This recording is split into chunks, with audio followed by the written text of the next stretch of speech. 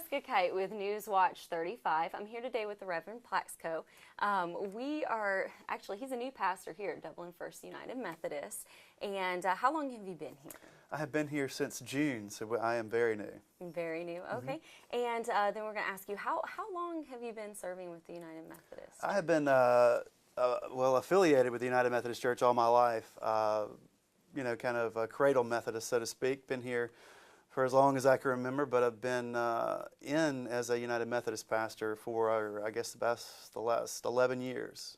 11 years, wow, that's a really long time. I bet it's been a whirlwind flying by. Where did you actually go to school at? I went to college at Oglethorpe University in Atlanta, and I went to seminary at Emory University's Candler School of Theology. And I'm currently in my doctoral program at Mercer University's McAfee School of Theology in Atlanta.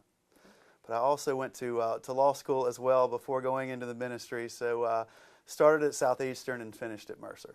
So that's good to know. It's good to know you have some law That's right. That's right. There. And let me ask you too, what made you want to become a pastor?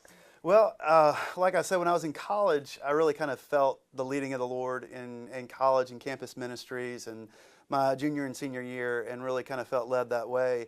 But fought kind of the call for a while and ran from it for a little while, and ended up going to law school and finishing school, practiced for a short time. But during that time, I always say that when you know you're out of God's will, and I knew that this was not what God had in store for me, and that there was other things that God had in mind for me, and so I began really kind of a period of intense prayer. God, I feel like this is not what you will for me and for my life. If there's something else that you want me to do, please let me know. And I began praying that very intentionally for a period of weeks, and that's when I received what I call my formal call, or the strangely warmed experience, and just really, really knew for sure that God wanted me in the ministry. So I quit practicing law and started right out, left the firm that I was working for, didn't have a job in mind, just knew that the Lord would provide kind of thing, and began as the director of young adult ministries, living in an old rundown associates parsonage in Macon, working for Riverside United Methodist Church. And eventually, while I was there, I went back to school, to seminary at Emory. Eventually became the associate pastor there. Stayed there for 3.5 years. And great experience. Then we moved from there when my wife is a nurse practitioner, and when she finished school and I finished school at the same time, we moved, or the United Methodist Church moved us to Wrightsville, Georgia, right down the road. And served there for 4 years, and we absolutely loved our time there. It was a great experience. It was our first church, and the people of Johnson County was really good to us, and understood our newness to being a senior pastor, and just kind of loved on us, and which just made it a wonderful experience. Then after 4 years, we were moved, as Methodists do sometimes, up to Byron, Georgia, and had a great experience there. Enjoyed our time in Byron. We were there for 3 years. And then the church here at Dublin First Methodist came open when the pastor was moved down to Albany, and this one came available, and we were offered this church, and we just prayed about it and thought, gosh, what a wonderful experience to be back in the area that we knew well. My wife worked as a nurse practitioner in the emergency room of Fairview Hospital while we were in Wrightsville, so we knew Dublin well, and we just thought, what a wonderful opportunity. So we said yes, and it has been so great. We love Lawrence County, love Dublin. It's been wonderful. Our little girls are here, obviously, with us, and we have an 8-year-old that started at Trinity and just loves that, and we have a 2-year-old who's in daycare here, and she's just wild about the experience and just loving on it. But long way of saying, been in ministry for 11 years and have been blessed to be a part of the United Methodist Church.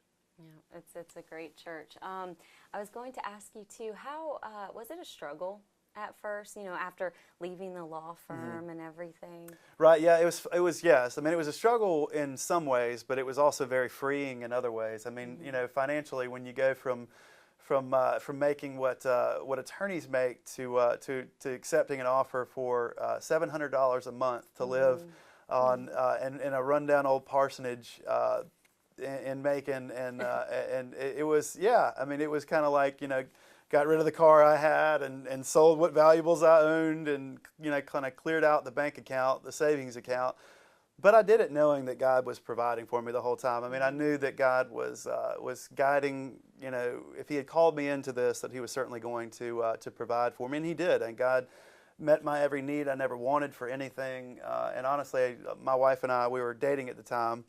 And we consider that some of the best really months and years of our ministry because it was just very freeing. I mean, we were literally living on trust and faith in God. So yeah, it was a little bit difficult, but at the same time, it was, God was there.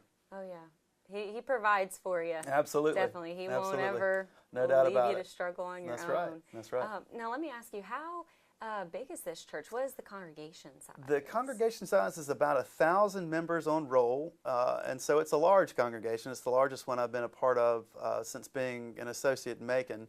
But it's a wonderful church. It's one of those churches that I like to say is large in size, but it's, it doesn't seem like that when you get here because the people have such huge welcoming hearts. And though we have many in attendance and many in numbers and many in Sunday school classes and small groups and children's ministries and youth ministries, it doesn't feel huge. It certainly feels smaller in many ways, which is a good thing.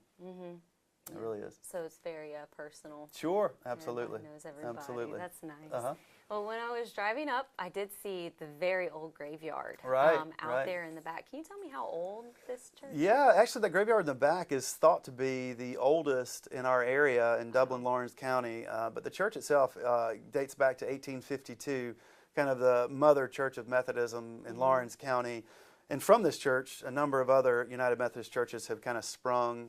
Pine Forest United Methodist Church down the road is one of those offspring of this church, and we have great relations with them. But I think we're probably the oldest in this particular area. There are other older United Methodist churches kind of in surrounding counties, but yeah, 1852. 1852, wow.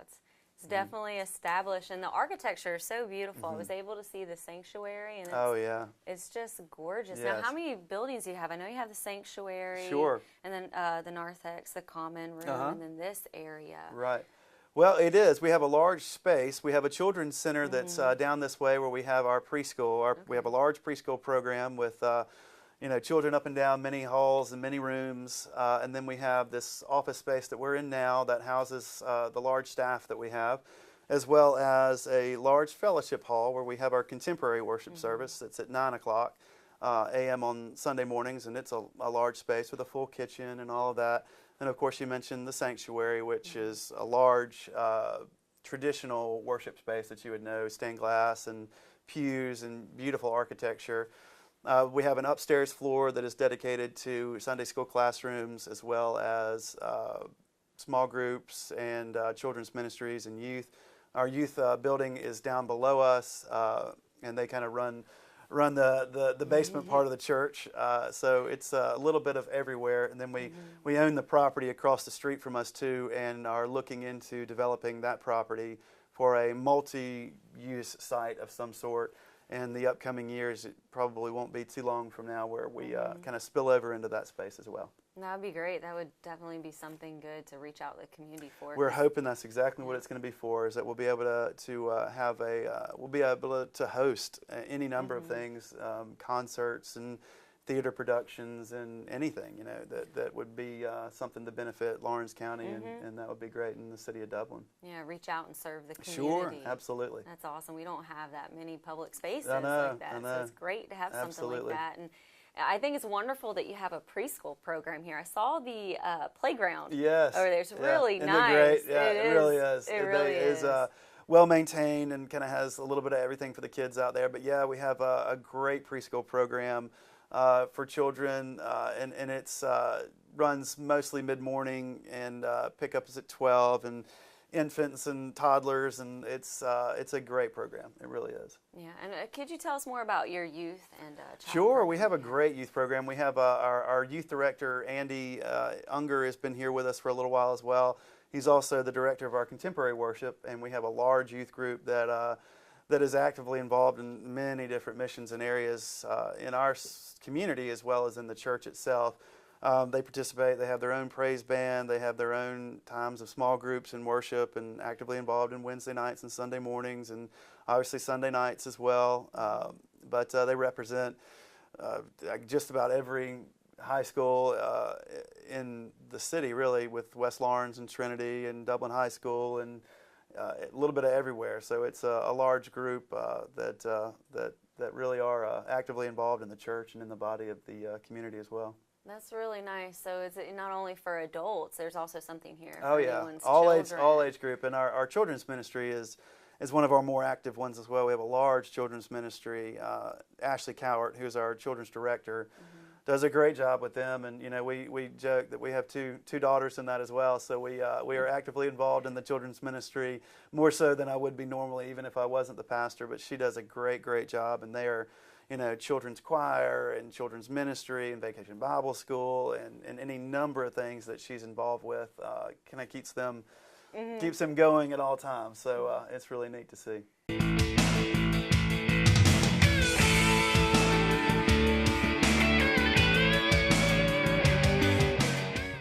Building relationships is as easy as FSB. For more than 100 years, Farmers State Bank has been helping people just like you. Integrity, commitment, service. That's Farmers State Bank.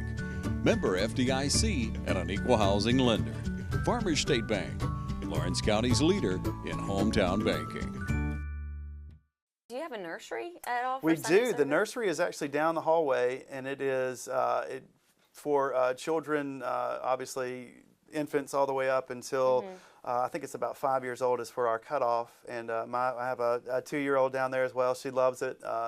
Separate rooms for different age groups, but and great nursery workers who are certainly very loving and kind. And I know our daughter loves them, loves Miss Martha very much. She's the teacher that helps her. But yeah, for those who come, our nursery is open to come and to drop your children off here on the left-hand side of our building, and it's open for you to come and drop your kids off beginning around 8:15, 8:30 for worship, and then it's also open at 5 o'clock for Wednesday nights. Oh, that's nice, having Wednesday night there, too. That's right, and they have their own lessons and songs and all that kind of stuff over there. Yeah, I know that was hard for me personally when I had children. Sure. Yeah, to get back in the swing of things of going to church, because it's like, right. I have this little crying child, I know, how can I go? I know. And that's so nice. And there is a certification that they go through, sure, to work absolutely. in the nursery. And we just went through even further training for both of that, and we're going through another training. When I got here,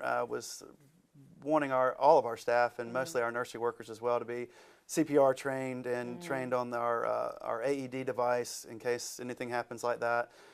We have that facility available. We've also ordered 2 more of those emergency defibrillators as well in our church, and we're also getting an advanced first aid training as well in the weeks to come. So we want to make sure that all of our children, youth, and adults as well are feel safe in the hands of the staff of the church. Yeah.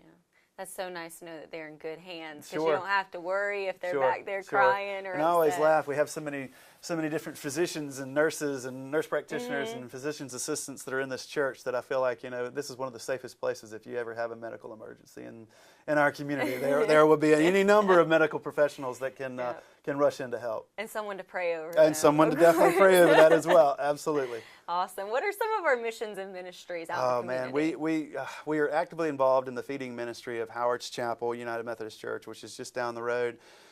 We pick up every one of our small groups and Sunday school classes has a time where they go out there weekly and feed the homeless and those who are in need from that soup kitchen, as well as donations that we do. All of our groups in the church are very actively involved in what's called the United Methodist Committee on Relief, which is UMCOR for short. We do international missions that way, and we do a lot of donations. Right now, we're putting together health kits that are going to be going overseas to refugee camps in Africa and all over the place. Our United Methodist Women, as well as women's groups in the church, are putting those together. I know our youth groups are actively involved in any number of missions opportunities for those kids their age. let's see, we'll do Operation Christmas Child to shoeboxes that we send out through Franklin Graham's group, Samaritan's Purse. We gather up dozens and dozens and dozens and hundreds of those boxes and send them out around the world. And then we are also actively involved in the Dublin, Lawrence County Baptist Association. We help fully fund that by sending donations to them to help with the homeless in our immediate area of downtown, as well as those who come into our building for assistance. We provide some financial assistance to those who are in need, and as well as any kind of housing supplies that they may need, clothing and whatnot. But then we also can send them up to the Lawrence County Association and can have them provided with food and that kind of job training, can lead them to on to some of our local agencies for that as well. That's great. So someone could walk in off the streets and knock on y'all's door and be and it able happens to have food every day. and Yeah, it happens every day, clothing. and that's a good thing too. I mean, we let them in, invite them right into our church, and say, in fact, we had one come in just yesterday, and one come in this morning. So we come in and we pray with them and help them in any way that we can to provide assistance, because that's what Christ calls us to do. Try not to get emotional. Right. And I was also going to ask you too, we've always heard the motto on the commercials and everything, open hearts, open minds, open doors. That's at the right. Methodist Church. What does that mean to you? Well, you know, the United Methodist Church globally, the national church and global church, adopted that motto some time ago. But, you know, sometimes mottos and slogans can be just something that you say, and they've kind of lost their meaning over time. But for us, they never have. For us in this church, open hearts means exactly that we are open, our hearts are open to all people of all ages. You know, all races and creeds are welcome here. It doesn't matter to us what your background is, where you've come from, wealth or poor, it doesn't matter. We open all, our arms are open to all, our worship services are open to all of our educational opportunities are open to all. You know, everybody is welcome here. So open hearts means exactly that. Our doors are open to those who would like to come. Those who come off the street are just as welcome here as some of our wealthier members. I mean, all people are welcome in this church and are equal in God's eyes. So open hearts and open doors, and we're certainly open minds as well. As the founder of the Methodist Church, John Wesley, said that Methodists don't check their minds at the door. We keep our minds open to the reality of a changing world and how we can consistently and effectively be in ministry in a changing time. So that's what we're about, and we continue to lift that motto up today. Yeah. So we're all just united in sin when we come Exactly here. right. We are all common sinners, and none are better or worse than anyone else, but all are equally in need of grace and of God's love, and that's where this church is about. And you don't even have to come here knowing anything about Oh no, God. yeah, that's the thing is about, you know, United Methodism or even, you know, Christianity. In fact, I'm teaching a class tonight on what it means to be a United Methodist, because this class will be to newer members and those who've been in the church for a while, but who grew up Baptist or Presbyterian or Episcopalian or had no background in United Methodism at all. And so we feel like, you know, it's important to know where we came from, what we believe, and, you know, it's kind of a new member class kind of lesson. So I teach that, but then we also do, what will follow that will be Christian history. You know, where did we come from? Why do we do what we do? You know, all those kinds of things. I mean, education is crucially important to spiritual formation and growth and coming to know a more full and fulfilling relationship with God. What services do you have here? I heard you had a traditional and We do. We have a 9 o'clock traditional service, and it's in our sanctuary. It is usually led by our associate pastor, Dr. Bob Williams. He does a wonderful job with that service. He is a great preacher and does a great job with that. That's at 9 o'clock, our traditional service in the sanctuary. But at the same time, we have a 9 o'clock contemporary service, which is really great too. It is led by a full contemporary band and you know, contemporary hymns that you hear on the radio, as well as a little bit different preaching style. I typically lead that service on Sunday mornings. That's at 9 o'clock in our fellowship hall, which is right down the hall from our sanctuary. And then we call that the Ignite service. So if you see signs around town, that Ignite sign, that's us, and that's what our service is about. And then we also have, of course, the 11 o'clock traditional, service, which is in our sanctuary, and that is more of your kind of traditional sanctuary type, traditional worship service with hymns and creeds and the Lord's Prayer and choral anthems and all that. But I tell you, that service is, we have some of the most talented musicians and choirs that I know of, and always have guest musicians to come in and play multiple instruments and brass and all sorts of great things. So it's always a different service every Sunday.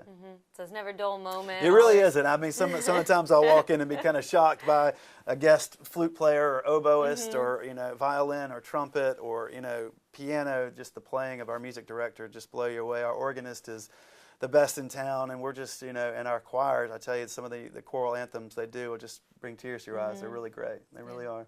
I'd seen the choir room when I was walking around here. Yeah, it's expansive. It really is. It's very nice. It's a big space because we have a big choir, so and kind of houses a little bit of our, what we, a lot of the catalog of our music from former things we've done and things sometimes that we are looking forward to doing in the future, and handbells and all kind of stuff.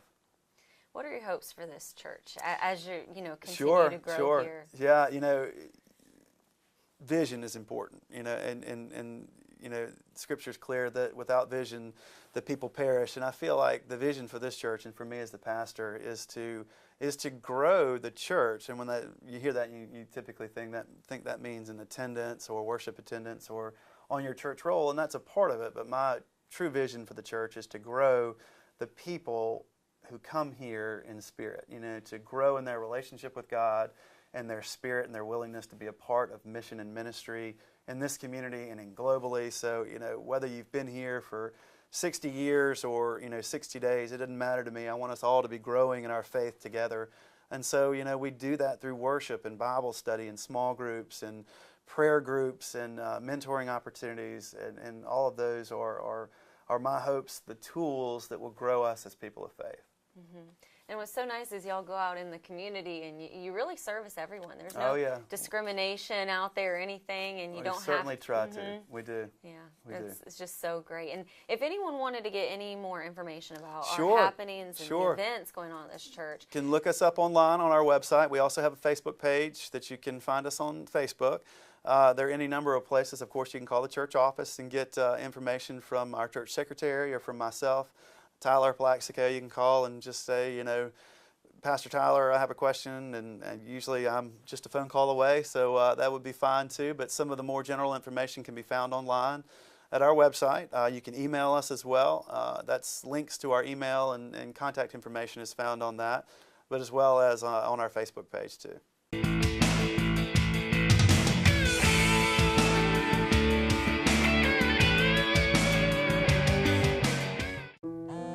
There are many ways of doing business today.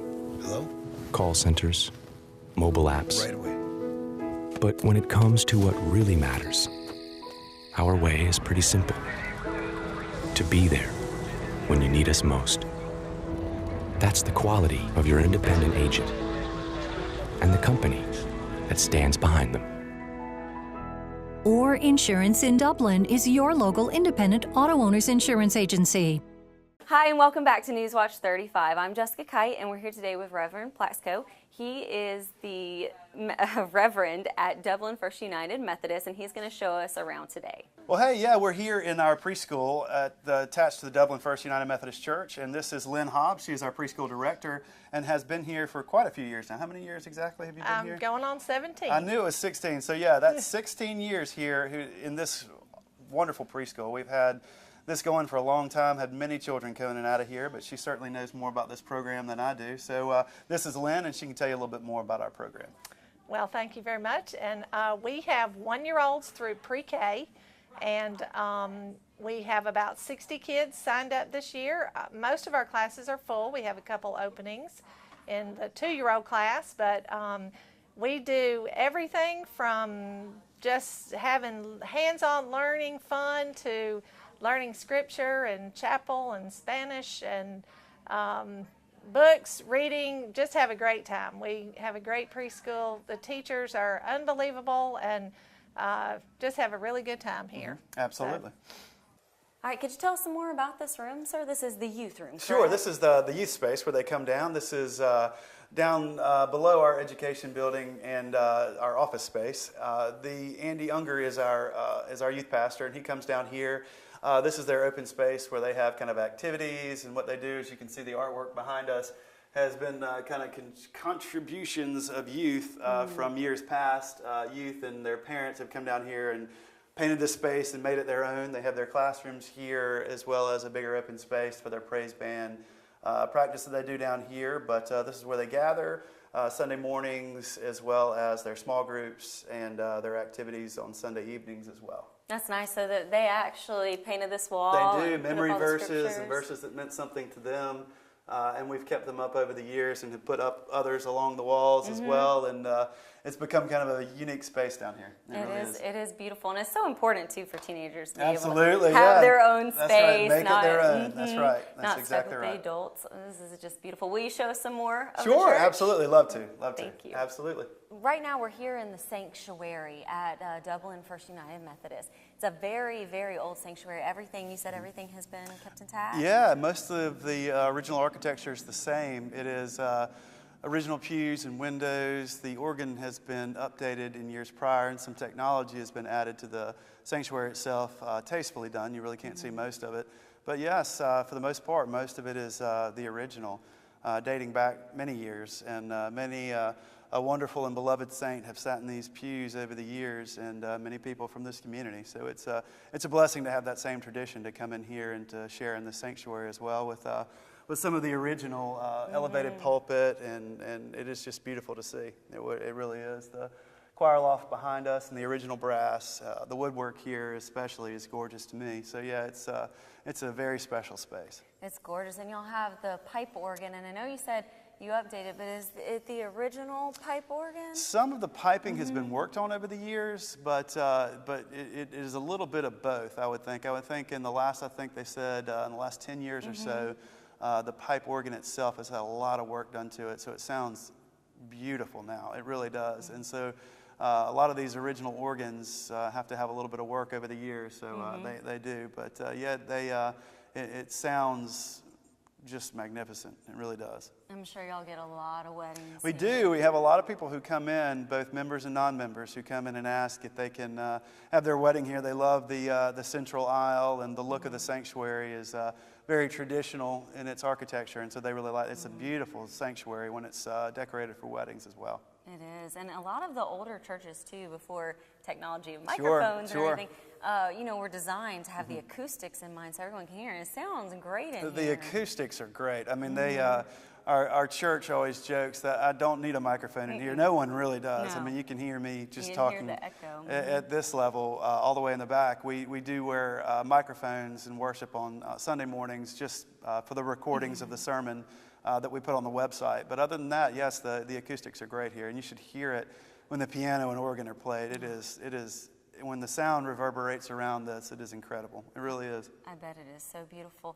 And earlier you had mentioned something about this red candle up here. Right, yeah, we have a red candle here, and the tradition of the church was that it stays lit at night, and it was, from what I understand, the way it was explained to me, is that when the sanctuary is dark at night, that candle is still lit by that light. We had a member some years ago who worked nights mostly, and he would come by and he would pray here when the sanctuary doors were left open. He would come in, and by the light of that red candle, come in and say prayers for the church and for the community, and it's just been a tradition of our church to keep it lit. Tell us a little bit more about this room. You said it was the chapel. It's very beautiful. Was it built around the same time? It is a part of the original church. It's the chapel that we have here. It's a smaller version of the sanctuary. It seats a good number of people as well, but we have kind of private, smaller weddings here, baptisms, smaller services. Sometimes our preschool program will come down and use it for their different devotions in chapel as well. But it does have a piano and full organ as well, and so it's a beautiful space. We had a young lady from our church, Dory Garner, who came in here and gave a speech, probably last week or the week before.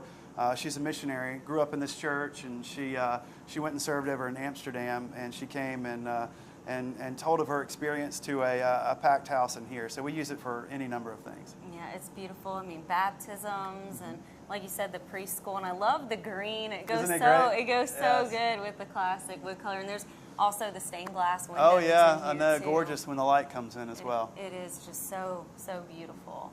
Do you have any more you want to show us? Sure, a couple more places I think you should see. Okay, awesome. Well, let's go see those. All right. So right now we're in the fellowship hall at Dublin First United Methodist.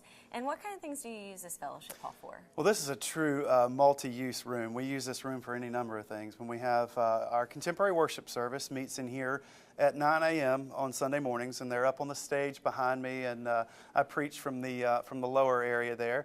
It's set up with chairs, of course. It makes it look more of a worship space in here. But this room is actually set up right now for our Wednesday night dinners. We do our Wednesday night dinner program here.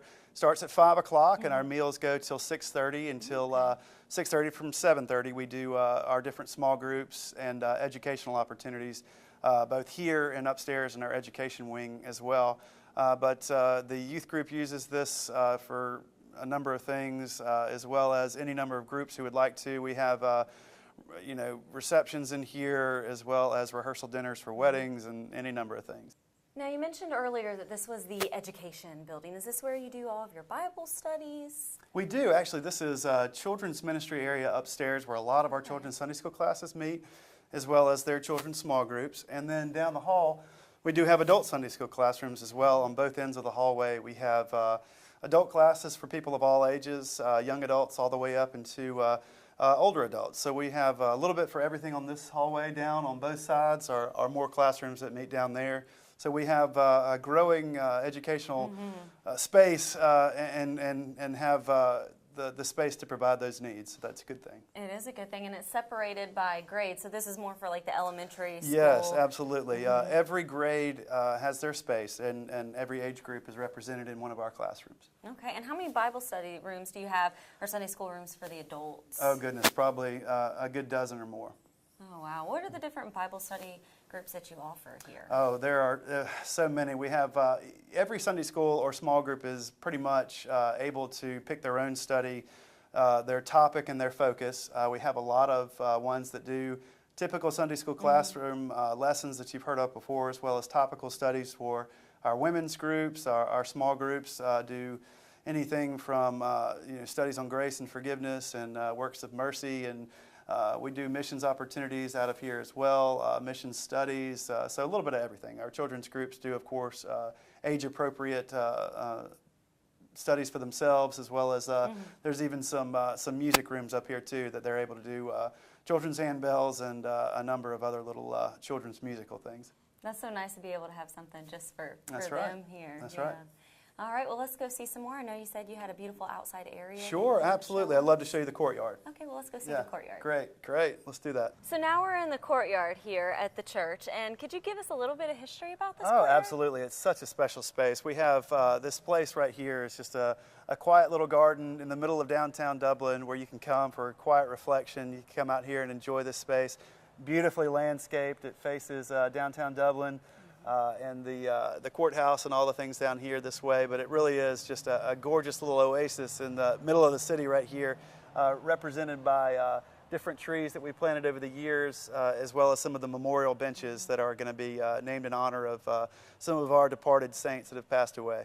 And I love the walkway right there. It's just so beautiful with its arches. That's right. We incorporated those into the building structure years and years ago and decided to keep it. But they are. It's one of the features of our architecture that I think is most distinctive. And you were telling me earlier about the steeple up there and how the shadow. Oh, it's beautiful. I get here early on Sunday mornings, and you can see the sunrise come up over the steeple and the cross, and it casts this beautiful shadow.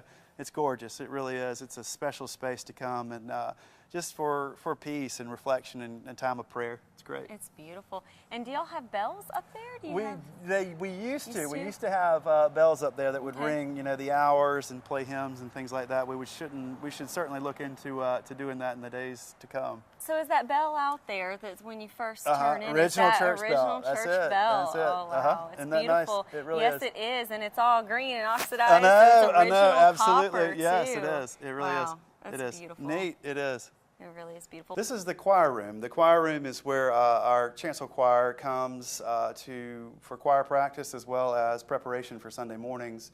It's a big space, as you can tell, because we do have a larger choir with several different instruments to play, and they come in and rehearse, get together with their music, go over the hymns they're going to sing on Sundays, as well as the anthems that they'll sing, which are always just a beautiful thing. We have a catalog of their former musics that they've done here. Our library in the church is here, as well as the organist's office and our music director. They're all over here. But yes, it's a beautiful space with the original windows, and most of the time it's just gorgeous in here because the light itself, just from the light outdoors, is nice for natural lighting in here as well. Oh, it is. It's really nice, and the windows, they're the dome shape, and it's actually nice because you can open them up. They are, yeah. And the original architecture before, with the church, long before the days of air conditioning, thank God for the air conditioning, but they would be able to swing these wide and open them up when the choir would come in on breezy days and could come and sing, and the neighborhood could enjoy that as well.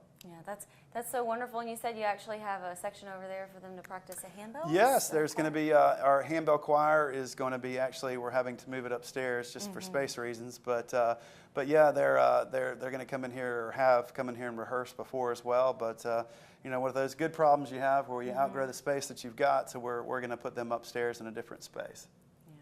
Well, the church surely is so beautiful. It has such a rich history and such a great mission out in our community. And thank you so much for spending time with us today. Absolutely. And talking with us and showing us around this beautiful church and introducing yourself Absolutely, to our community. Absolutely. Thank My you pleasure. so much, Absolutely. sir. My pleasure. It really is. Thank you for coming.